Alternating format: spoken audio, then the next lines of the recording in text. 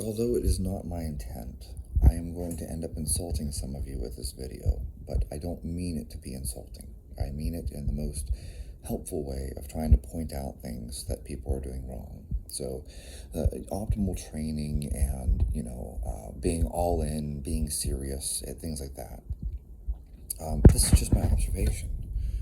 Just like this hair hanging from my chin. My wife's hair somehow gets caught in my beard. Anyways, everyone tells me that their training is optimal. Oh, I have optimal training. And people tell me that they're all in. And Dave Tate talks about this. People think that they're all in because they don't know what it is to be all in. And people tell me how serious they are and things like that. And what I'm here to tell you is that you can do your own evaluation. You can do your own self-check-in. You can do your own self-assessment here, okay? First off, let's just get one thing out of the way. There's no such thing as optimal training. Sorry, there isn't.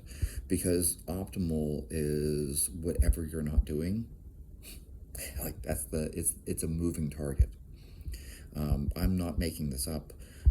This isn't just like, oh, just Chad's just giving a random opinion. Listen, people like Dan John have talked about this. John Powell has talked about this. Louis Simmons has talked about this. Glenn Penley has talked about this. Optimal training is a moving target. You're constantly trying to get closer to it, and you're probably never going to hit it perfectly. So either you're going to slightly undertrain, which, that's okay, or you're going to slightly overtrain, which means you're probably really just slightly overreaching, okay? But the idea that somehow on a given day, you know exactly how many reps to do of the exact weight, and you're going to fully recover and fully adapt. It's a moving target. You don't know where that is. No one knows where that is. And so do you hit it occasionally? Yeah, you probably do. If you figure out of every 10 workouts, one of them you hit it spot on. And then the other 9, you either overshot it and you're a little sore the next day, or you undershot it and you're not getting the most optimal adaptation that you possibly could. This is just the reality of things. What are the odds of you optimally training every single time? No, it's not going to happen. And that's beside the point. We're just going to point out that the idea of optimal is great as a concept, but it isn't something that you can truly measure. At least not at this point in time, unless, I don't know, maybe you have some fantastic way of running tons of blood work and you're like, I'd take my blood between sets and measure my CPK. Which, maybe in that case, maybe you could dial it in perfectly. Maybe you could figure out exactly what the optimal amount of muscle breakdown is that you can still fully recover in 24 hours. And so you take your blood every set, which at some point you're going to start getting lightheaded, but regardless, and you measure your CPK every single set and you get the optimal stimulus, right? Anyways, back to this self-assessment thing. Here's my question to you. If you think your training is optimal,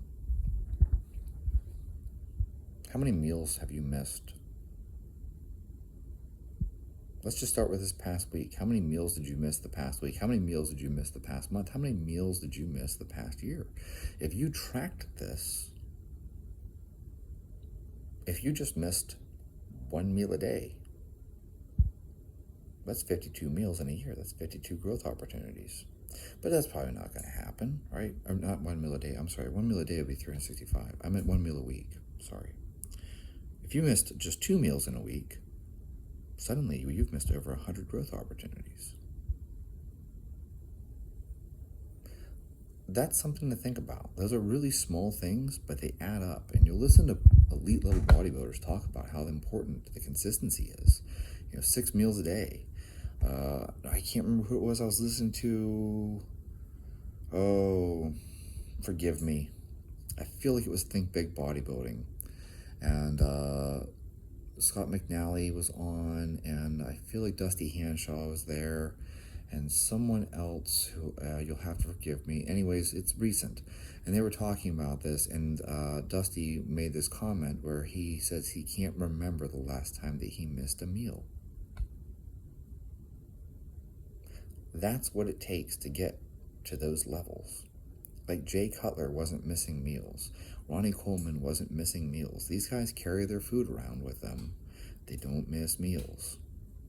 So, optimal training or not, Are you doing the things that you can consistently measure, like making sure you get 6 meals a day? And I know you're going to tell me that's bro science. And I keep telling you guys, no, you don't understand. It's not about the weight on the scale. Listen, if you eat 3,000 calories a day and you have just one big meal, or you have 6 small meals and spread it out, okay? Yeah, your weight on the scale might be 185 pounds and 185 pounds. That's beside the point. The point to you having these consistent meals on a consistent schedule, okay, is that you're going to digest them better. You're going to feel better. You're going to have better training sessions because you are, fueling yourself. You're going to have better recovery. This isn't like I made this up. You can go find studies showing if you consume all your protein at dinner versus spreading your protein out across the day, you get better muscle growth. Okay, that's just protein. Let's talk about carbs and fats. Your recovery is going to be better when you spread your meals out. It's one of the things that I have realized in my own training, in my own life. I used to not worry about what time I ate relative to training. I just figured if I get enough meals into the day, it won't make a difference. Like, what difference does it make? If I have 4 meals in a day, as long as I get the same number of calories, it won't make a difference. And I can tell you, I was wrong. I was wrong. John Meadows was right. Your pre-workout or intra-workout makes a big difference. So now I make sure that I eat something at least 60 to 90 minutes before I train. It's that simple. And I will probably have 60 grams of protein in that meal. And I change the carbohydrate amount depending on what I plan on doing that day. If I'm just doing, sets of 3 or less, I don't need a lot of carbs. But let's say that day I'm planning on doing sets of 10, or I'm planning on doing 20 rep squats. I'm going to put more carbs in. This makes a big difference. And anyone who tells you it doesn't probably doesn't train hard enough. There's a lot of things in life where HMB doesn't help. And what I recognize is that HMB doesn't help most people because most people don't train very hard. If you train really fucking hard, HMB helps. You are a lot less sore the next day. Now, is it HMB? Is it anabolic? Do you grow more muscle? No. But I can tell you definitely, if you train really, really hard, HMB will make you less sore the next day. Something to consider. The next thing I'm going to bring up to you is your sleep. How good's your sleep? I know, everyone talks about sleep. It's a broken record. I'm so tired of hearing it. All these people out there tell you need to get at least 8 hours of sleep. You need to get at least 8 hours of sleep. I'm going to tell you, you know what? Forget that, all right? Because we all know that Jay Cutler sleeps 5 hours a night. He's openly talked about it. Here's something more important than just how many hours of sleep you get, which I have no problem sharing my sleep. In fact, I'll probably make a post on Instagram about my sleep. I can show you the data. I have a BiPAP. It tracks how many hours I'm in bed. I know exactly how long I'm asleep for. I have all this fancy medical equipment because I have central sleep apnea. So for those of you just joining me, I was hit by a drunk driver. I suffered traumatic brain injury, and it damaged the part of my brain that apparently is necessary for breathing. And so I have what's called central sleep apnea. I don't have obstructive sleep apnea. And so what that means is that the part of my brain that regulates breathing doesn't send a signal for me to breathe while I'm sleeping. So I stop breathing. This is very complex. It's very serious. I am aware. So before you guys comment below, like, holy shit, dude, you're gonna fucking die. Like, I know. I'm well aware. Like, I'm well aware that even with treatment, it's gonna take, 15 to 20 years off of my life. So I'm not dumb. I'm well aware that the brain injury is gonna shorten my life. Anyways, back to the sleep thing. Here's my question to you. Do you go to bed at the same time and get up at the same time every day? I'm not asking, do you sleep 8 hours a night? I'm asking you, do you go to bed at the same time and get up at the same time? There's a start right there. Let's say you go to bed by midnight every single night and you get up at 5 a.m. every day. Maybe you're Jay Cutler, okay? And you only need 5 hours of sleep and you go to bed at the exact same time and get up at the exact same time every day. That's a start. That's fantastic. That tells me that you're dialing in something. For me, I get 9 hours of sleep minimum, but I get it very consistently.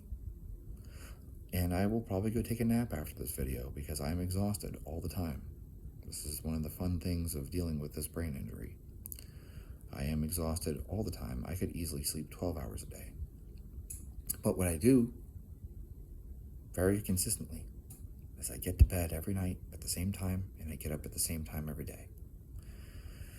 So getting that 9 hours of sleep for me, that's what I need. If you can get by on 8, 8's great for you. If you get by on 7, 7's fine for you. Whatever it is, I'm not sitting here telling you everyone needs 8 hours of sleep. But I am telling you that regardless of how many hours of sleep you need, maybe you need 10, maybe you need 5, you should be going to bed at the same time every night and getting up at the same time every day. That is called your circadian rhythm, okay? So if you're going to sit here and tell me that your training's optimal, oh, my training's so optimal, and I'm dialed in and I do everything right, and I'm so serious, I'm all in, are you eating consistently? Are you eating, I don't care, 4 meals or 6 meals, are you consistently getting those same meals? Are you getting 4 meals a day every day? Are you getting 6 meals every day? Are you consistently eating as much as you need to be eating? Or do you miss meals? How many cheat meals do you have? I don't know the last time I had a cheat meal. The last time I can think of that I had a cheat meal was sharing a sandwich with my dad, and that's because he was dying of lymphoma, and food is a social thing, and we shared a sandwich together. We sat down and had sandwiches, okay? That was been, January 2021. Outside of that, no, I don't have cheat meals. And you know what? If I did have a cheat meal, I would still make sure I got my other 5 meals in. And they would probably be just meat and rice or meat and vegetables. I don't miss meals, just like how I don't miss sleep. I don't do it. I'm not telling you that I'm more serious than you. I'm not telling you that I'm more all in than you. In fact, actually, I just think that these things are just normal things. I think it is a normal thing for you to consistently eat the number of meals that you have planned, making sure you get 50 to 60 grams of protein per meal. And I think that it is necessary, no matter how much sleep you need or don't need, that you go to bed at the same time and get up at the same time. If you can't do those things, that's a self-assessment right there. If you can't do those things, who cares about your optimal training? And people tell me, oh, this isn't optimal. I'm training for powerlifting, so I don't do anything else. It's like, well, have you heard of GBP? Hey, look at the Chinese weightlifters. They're doing all these body weight exercises. They're doing pull-ups. They're doing dips. They're doing, dumbbell work. They're doing rows and stuff. What makes you think that the only thing you need is just the barbell work? You're just going to do the competition lifts only. Weightlifting. All I'm going to do is snatch, clean, jerk, and squat. Why are the Russians and the Chinese doing all these pull-ups? Why are they doing planks?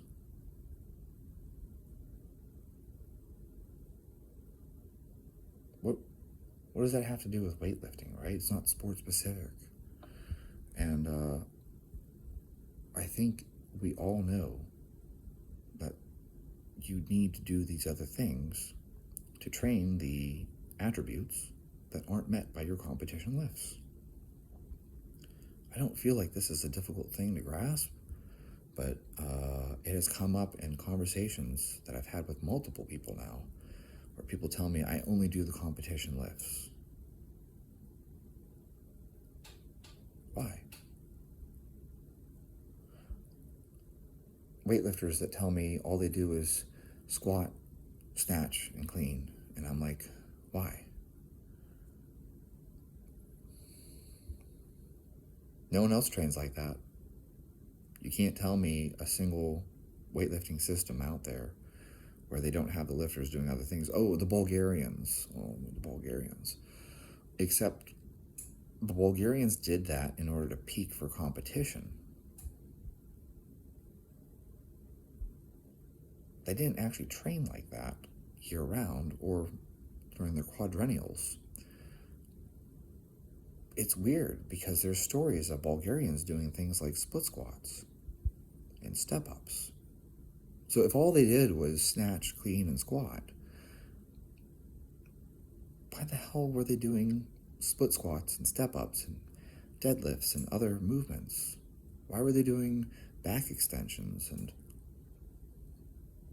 if they only do the Bulgarian program, which is max out snatch, max out clean and jerk, max out squat, then why were they doing all these other movements? That seems odd. So your common sense should tell you that it isn't true. In fact, actually, you can find training logs for Naim Suleiman, and you will find that he did not just max out every single day. Why did Ivan Abajev have training logs where they kept track of the percentages and the reps and the sets that lifters did if all they did was max out every day? Well, because they didn't. They just maxed out every day in order to peak for a competition. That's not what they did for the other 4 years, right? You got 4 years between Olympics.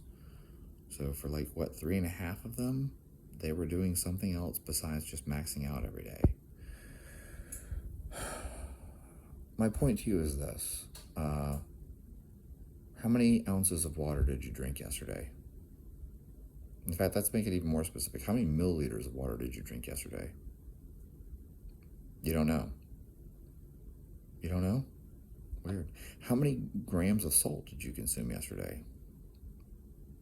You don't know? How many grams of protein did you consume yesterday? If you don't know those things, what makes you so certain that your training is so optimal? If you don't know those things, how can you claim that you're all in? How can you claim that you're serious?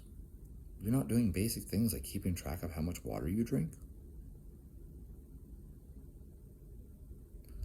So, my only point that I'm trying to make here is not to be insulting. Again, I said at the beginning, I was going to insult some people. Some people will listen to this and they feel hurt. They feel attacked. How dare you question my commitment? And I'm not questioning your commitment. I think you think that you're committed. And I thought I was committed at one point in time. I thought I was training as hard as I could.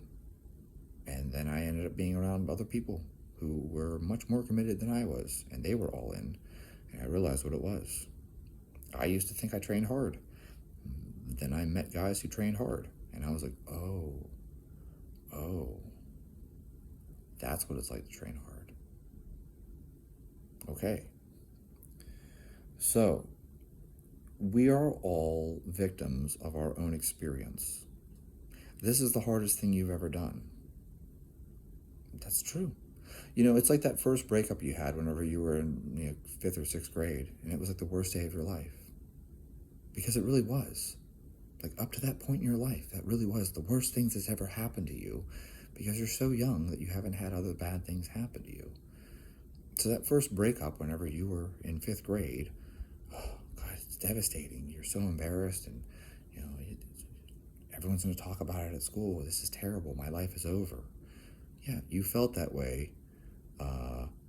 It's like Homer Simpson talking to Bart. This is the worst day of your life so far. Yeah. I was 11 the first time that one of my friends was murdered. He was shot in the head, actually, by another one of my friends. So that's a pretty bad day. I was 11 and I had a friend that was murdered by another one of my friends. It seemed really bad at the time. Now looking back, I'm almost 40 and I'm like, wow, I've had so many days that were so much worse than that. So what you're doing right now may be the hardest thing that you've ever done, but relative to what other people are doing, it might not be very hard. And you may think that you're all in, but there's more that you can squeeze out of that tube, right? It's a toothpaste tube. Well, at the beginning, you squeeze anywhere and it comes out, and at the end, you have to be very careful about where you're squeezing to get any more out of the tube. There's always someone out there who's working a little harder than you. That's okay. Don't let that bother you. The point is this.